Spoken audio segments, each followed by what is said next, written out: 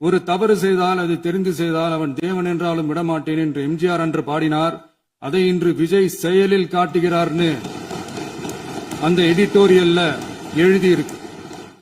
அரசியலுக்கு வந்து 2 வருஷம் தான் ஆகுது. உங்களுக்கு என்ன தெரியும், உங்களால என்ன முடியும்னு கேலியா கேட்டவங்களுக்கு தினத்தந்தியோட பதிலை இப்போதைக்கு போதும்னு நினைக்கிறேன்.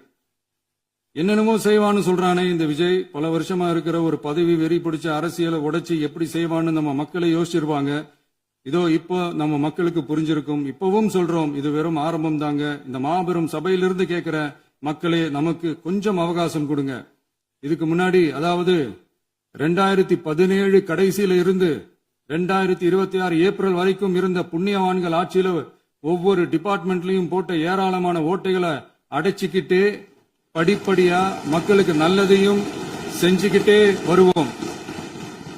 அதனாலதான் நமக்கு எதிரா யார் யாரோ சேரவே மாட்டாங்கன்னு நினைச்சவங்க எல்லாம் ஒன்னா சேர்றாங்க. நம்ம ஆட்சிக்கு டேட்டு குறிக்கிறாங்க.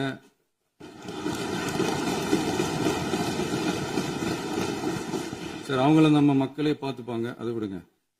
நாம ஆட்சிக்கு வந்து சரியா 40 நாள் ஆகுது. அதுக்குள்ள என்ன செஞ்சீங்கன்னு கேக்குறாங்க. ஒரு லிஸ்ட் ஒன்னு சொல்றேன் கேளுங்க. பெண்கள் பாதுகாப்பு